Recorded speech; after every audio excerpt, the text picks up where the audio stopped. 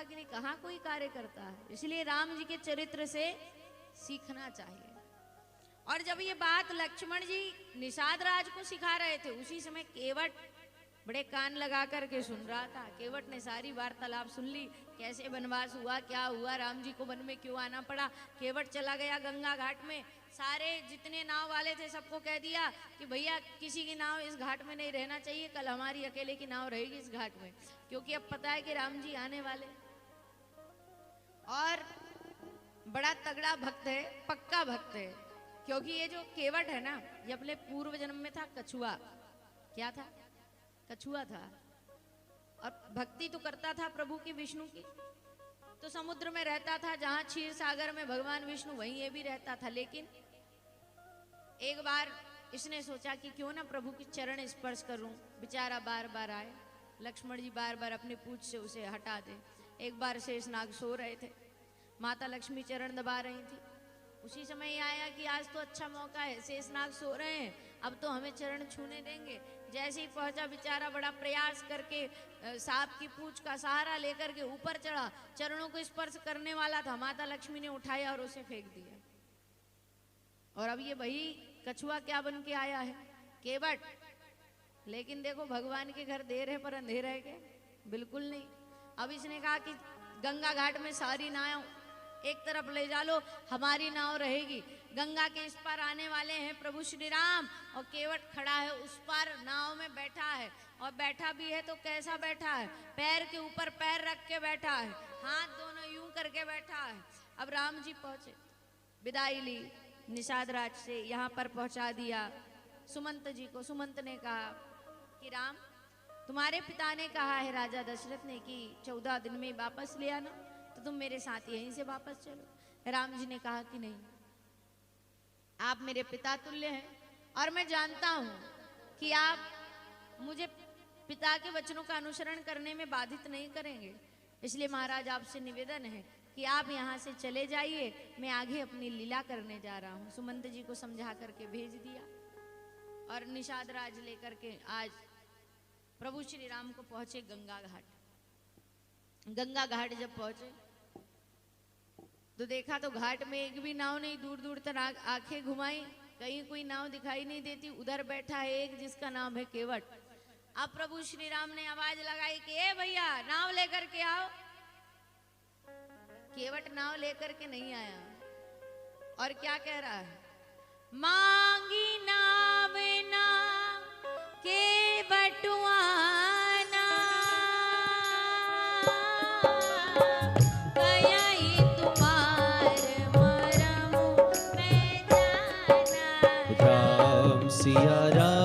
सिया राम जय जय राम, राम सिया राम जय जय राम, सिया राम जय जय राम, सिया राम जय जय राम। केवट कह रहा है। अच्छा, ये जो केवट है ना, ये निष्काम भक्त है। इसके मन में केवल एक ही भावना है, प्रभु की प्राप्ति करना और कुछ नहीं। ना प्रभु से धन चाहिए, ना ऐश्वर्य चाहिए, ना दौलत चाहिए, ना प्रतिष्ठा, कुछ नहीं चाहिए। केवल इसको प्रभु श्री राम चाहिए। और जो निष्काम भक्त रहता है ना, उसको छोड़ के भगवान कहीं नहीं जाते। राम जी चाहते तो थोड़ा आगे बढ़ते, आगे बढ़ जाते, अगले घाट पे तो नाव मिल ही जाती, लेकिन नहीं। केवट जानता है कि बड़े दिन से आपको ढूंढ रहा हूं, आप मिले नहीं, और अब आप मिले हैं, आपको छोड़ दूं तो ये तो कोई बात नहीं, आप छोड़ने वाला नहीं। आज केवट कह रहा, हाथ पे हाथ ऐसे रखे हुए। राम जी ने कहा नाव लेकर आओ। नहीं तो भाई क्यों नहीं लाओगे? मांगी नाव ना केवटुआना, कहीं तुम्हारे मरम में जाना। मैं नाव लेकर नहीं आऊंगा क्योंकि मैं तुम्हारे मरम को जानता हूं। राम जी बोले मरम को जानते हो? कौन से मरम को जानते हो भाई, हमें भी तो बताओ। जिस मरम को जानकी नहीं जान पाई, जिसको लक्ष्मण नहीं जान पाए, जिसको बड़े बड़े ऋषि महंत संत नहीं जान पाए, तुम जानते हो कौन सा मरम है? पूछा तो केवट बोला इतने नादान मत बनो, हम तुम्हारे मरम को जानते हैं, बहुत अच्छे से जानते हैं। राम जी ने कहा हमें भी तो बताओ कौन सा मरम जानते हो? तो बोले छुअत सिला भई नारी सुहाई। बोले महाराज तुम्हारे चरणों की रज के स्पर्श से पत्थर से नारी बन गई और मैं आपको नाव में बिठा लूं? ऐसा तो बिल्कुल नहीं। और अगर आप चाहते हैं कि आप मेरी नाव में बैठें तो ऐसा कहो, आओ केवट चरण धुलाओ, तब कहीं नाव में बिठाऊंगा। क्योंकि प्रभु वो तो पत्थर था, कठोर था, तो नारी बन गई। मेरी नाव तो लकड़ी की, अगर ये नारी बन गई तो हो गई जय गंगा मैया की। और नारी बनी भी तो ऐसी वैसी नहीं बनी महाराज, ब्राह्मणी बनी। हम ठहरे केवट, जैसा मिल जाता खा लेते। ब्राह्मणों की सेवा करना कोई आसान बात थोड़ी है। अगर ब्राह्मणी बन गई तो सेवा करने में ही जीवन चला जाए। इसलिए मैं नहीं लाऊंगा नाव। और अगर आप चाहते हैं कि मेरी नाव में आप बैठे, बात क्या कर रहा है, आप चाहते हैं कि बैठे, मैं नहीं बुला रहा हूं। आपकी अगर इच्छा है कि आप मेरी नाव में बैठें तो कहो, आओ केवट चरण धुलाओ। ये नहीं कह रहा कि मैं चरण धोना चाहता हूँ, नाव में बैठना है तो कहो। क्योंकि केवट को पता है कि मैं निष्काम भक्ति कर रहा हूँ, प्रभु अब छोड़ के जाने वाले नहीं है। आज तो जो जो मनाना है इनसे सब मांग लो। मांग रहा है कि मुझे पहले चरण धोने दो तब नाव में बैठा लूंगा। राम जी मुस्कुरा रहे हैं, कुछ नहीं कहा। लक्ष्मण जी कह रहे हैं कि अरे देखो ये कैसा है, ना आदर किया, ना सत्कार किया, ना प्रणाम किया, और कैसी बात कर रहा है। और इतना बोला तो बोला, अब क्या कह रहा है। अगर विश्वास ना हो मेरी बात में तो राजा दशरथ की सौगंध खा करके कहता हूँ, तुम्हारे पिता की सौगंध खा करके कहता हूँ, जब तक नहीं बोलोगे आओ केवट चरण धुलाओ, नाव में नहीं बिठा लो। जैसे ही कहा लक्ष्मण जी को क्रोध आया, बाण निकाल लिया लक्ष्मण जी ने। कैसी बात करता है। केवट बोलता, देखो बड़ा विनम्र है। केवट कहता, देखो आप मुझसे कितने प्यार से नाव मांग रहे हैं, और ये जो आपका भाई ये बड़ा तेज लगता मेरे को बाण दिखा रहा है। अच्छा भैया लक्ष्मण, मुझे बाण मार भी दोगे तो मेरा क्या जाएगा। अच्छा देखना भक्त की पहचान, मुझे बाण मार भी दोगे तो मेरा क्या जाएगा। लोग मरने के बाद गंगा घाट आते हैं भैया, मैं तो गंगा घाट में बैठा हूँ, दिन रात गंगा की परिक्रमा करता हूँ, दिन रात गंगा जल का पान करता हूँ। बाण मार भी दिया तो मेरा क्या जाएगा, मुझे तो मुक्ति मिलनी तय है। और मैंने तो सुना है लक्ष्मण जी कि जो अंत समय राम का नाम ले ले तो मुक्ति मिल जाती। मेरे तो सामने खड़े हैं, मार दो बाण। लक्ष्मण जी सुन रहे बड़े ध्यान से। और सुनो, जब आपने मुझे बाण मार दोगे, मेरी मृत्यु हो जाएगी तो मेरी पत्नी रोएगी, विलाप करेगी, आकर के रघुवर के चरणों को पकड़ लेगी। जब रोएगी तो इनको मजबूरी में मेरा अंतिम संस्कार भी करना पड़ेगा। और जब सारा कार्य अंत्येष्टि मेरी इनके हाथों होना है तो मुझे कैसा भय, भैया चला दो बाण। जैसे ही कहा लक्ष्मण जी ने बाण वापस रख लिया। निष्काम भक्त की पहचान क्या है, जो काल के भी बाण को वापस कर दे उसको कहते हैं निष्काम भक्त। और वो है केवट। राम जी बोले कि अरे भैया एक काम करो। मुस्कुराने लगे राम जी बात सुनकर केवट की। इतने अटपटे बोल रहा है कि आज राम जी बोले, क्या बोले, कृपा सिंधु बोले मुस्काई, सोई करू जे तब नाम न जाई। राम सिया राम जय जय राम। राम सिया राम जय जय राम। और अब राम जी को बोलना पड़ा क्या, बेगियानु जले पाए पखारू, होते विलंब उतारहि पारू। राम सिया राम जय जय राम। राम सिया राम जय जय राम। सिया राम जय जय राम। सिया राम जय जय राम।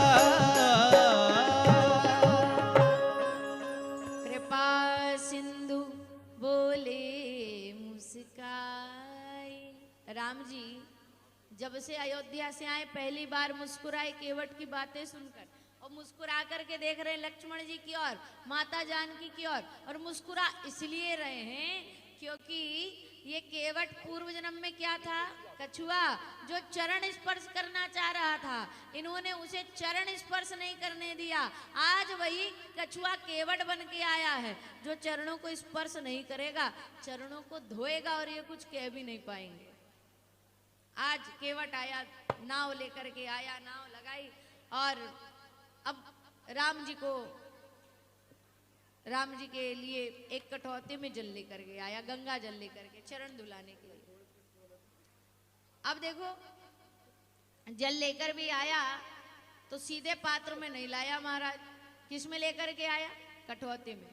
कटोता होता नीचे से गोल, उसमें लेकर के आ गया, और उसमें आज राम जी के चरणों को धुला रहा है। पहले एक चरणों को धुला भी रहा है, तो कैसे? रगड़ रगड़ के सारे पाप मिट जाएं, ऐसे चरणों को धो रहा है, दे रगड़ रगड़ के महाराज। फिर एक चरण को बाहर रखे, दूसरे को रगड़ के धोए। अब जब तक दूसरा चरण धो रहा है, पहले वाले में धूल लग जाती है, फिर पहले चरण को रखता, दूसरे में धूल लग जाती, ऐसा 10 बार करता रहा। राम जी ने कहा, अरे भैया केवट क्या करते हो, ऐसे में तो देरी हो जाएगी। केवट बोला, बात तो सही है, लेकिन महाराज एक चरण धोता हूँ, पहले में धूली लगती, पहला धोता हूँ, दूसरे में धूली लगती, एक काम करो, इसमें दोनों चरण रख करके खड़े हो जाओ। राम जी बोले, कैसी बात करते हो केवट, हम गिर जाएंगे, कटौती तो नीचे से गोल है ना, वो तो जमेगी नहीं, बैलेंस बिगड़ जाएगा। तो राम जी ने कहा कि भैया कैसी बात करते हो, ऐसे में तो हम गिर जाएंगे। अब केवट क्या कह रहा है? भक्त केवट कह रहा है कि हम आपको गिरने नहीं देंगे, आप एक काम करो, अगर आपको डर लग रहा है तो दोनों पैर रखो कटौती पर और दोनों हाथ रखो हमारे सर पर, और सर पकड़ के खड़े हो जाओ। अब लक्ष्मण जी को और क्रोध आ रहा, लेकिन कुछ कह नहीं पा रहे कि चरणों को धोने का फल तो प्राप्त कर ही रहा है, ऊपर से कह रहा दोनों हाथ भी रख दो सर में। लेकिन भक्त इतना अच्छा है, इतनी अच्छी भक्ति कर रहा है कि प्रभु श्री राम दोनों पैर कटौती पे रख करके खड़े हो गए, दोनों हाथों से केवट का सर पकड़ लिया। आज राम जी के चरण धुलाए, राम जी को ले जा करके बिठा लाए एक शिला पर। अब वो चरणामृत जो निकला है उसको पहले स्वयं पान नहीं किया, पहले ले जाकर पूरे गांव वालों को पिलाया, उसके बाद में अपने पूर्वजों को पिलाया, अंत में स्वयं ने पान किया। अभी भी राम जी को गंगा पार नहीं उतार रहा है, पूरे गांव वालों को बुला बुला कर चरणामृत पान कराया, अपने पूर्वजों के नाम पर सिंचन किया, अपनी पत्नी को पिलाया, सबको पिलाया। उसके बाद अब राम जी को गोद में उठा करके ले जा करके नाव में बिठाया। नाव में माता जानकी बैठी, लक्ष्मण जी बैठे, राम जी बैठे, और आज निषाद राज भी बैठे, और उनको लेकर के केवट जा रहा है। नाव में बिठाया, और देखना आज केवट नाव सीधे सीधे गंगा पार लेकर नहीं जा रहा, केवट नाव चला रहा है, आधे रास्ते तक नाव लेकर जाता, फिर वापस लाता, फिर लेकर जाता, फिर वापस लाता, फिर लेकर जाता। फिर राम जी ने कहा, ये क्या करते हो भैया, ऐसे में बड़ा विलंब हो रहा है, जल्दी करो। बोले, वाह महाराज, आप हमारी नाव में बैठे हो तो कहते सीधे सीधे पार लगा दो, और जब हम जन्म लेकर के आते हमें भी तो 84 लाख योनियों में भटकाते हो। राम जी ने कहा, इसको अगर ज्यादा कहा तो अभी यहाँ पर बता देगा कि हम परमात्मा। राम जी चुप हो गए। अब केवट ने उतारा गंगा पार, गंगा पार लेकर के गया तो राम जी को चिंता होने लगी कि इनने गंगा पार उतारा, अब उतराई में क्या दें इसे। और जब चिंता सताने लगी तो माता जानकी तो मन की जानने वाली जान गई कि इनके पास उतराई देने के लिए कुछ नहीं, तो अपनी मुद्रिका उतार करके दी। बोले, प्रभु एक काम करो, ये अंगूठी उतराई में दे देना। आज वो अंगूठी राम जी को दी, केवट ने गंगा पार ले जा करके उतारा। अब राम जी उतराई देने लगे तो केवट अकुला गया, अकुला करके चरणों में गिर गया। महाराज मैं ये उतराई नहीं ले सकता, मुझे तो जो चाहिए था सब कुछ मिल गया, मैं ये उतराई नहीं ले सकता, मुझे मत दीजिए। राम जी नहीं माने, जब बार बार देने लगे तो फिर केवट वही बात पे आ गया। केवट कहता है, महाराज मैं अपनी बिरादरी वालों से नहीं लेता। लक्ष्मण जी ने कहा, ए भैया केवट, ये बिरादरी क्या कह रहे हो, कैसे हुए बिरादरी वाले? बोले, महाराज एक बात बताओ, धोबी से धोबी नहीं लेता, नाई से नाई नहीं लेता, ब्राह्मण से ब्राह्मण नहीं लेता, तब एक केवट दूसरे केवट से क्यों लेगा? लक्ष्मण जी बोले भैया तू नाव चला रहा, तू केवट है, ये तो समझ आया, इनको केवट क्यों कह रहा? ये भी तो बता कि इनको केवट क्यों कह रहा?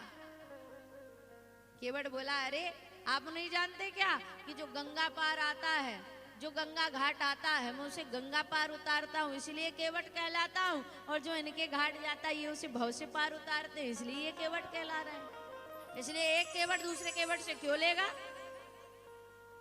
लक्ष्मण जी को बात समझ नहीं आई। लक्ष्मण जी तो देखते रह गए, लेकिन राम जी ने कहा ले लो ले लो। तो केवट ने कहा कि अगर देना ही है तो बस इतना दे दो महाराज, बस इतना सा। बोले क्या चाहिए केवट? बोले देखो अभी मुझे कुछ मत दो, अभी आप एक काम करो, इसे आप अपने पास रख लो, मैं जब आपके घाट आऊंगा तब आपसे ले लूंगा। तो बोले क्या चाहिए?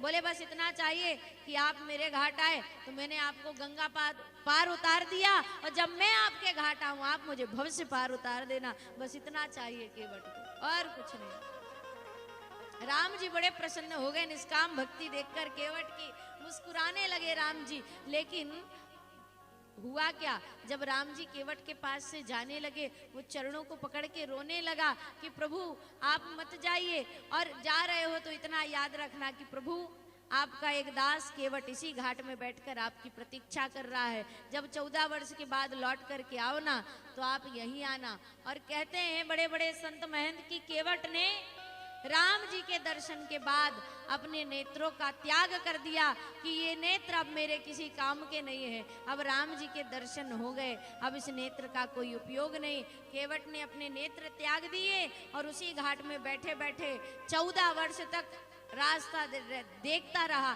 कि कब मेरे प्रभु आएंगे और मुझे पुनः अपने हृदय से लगाएंगे। ऐसे भक्त वत्सल भगवान प्रभु श्री राम ने आज केवट का उद्धार किया, उसको दर्शन दिए। तो भक्ति हो तो किसके जैसी? केवट के जैसी निष्काम भक्ति, जो ना धन की चाहत रखता है, ना पद की, ना प्रतिष्ठा की, ना ऐश्वर्य की। केवट को सिर्फ और सिर्फ चाह है तो किसकी?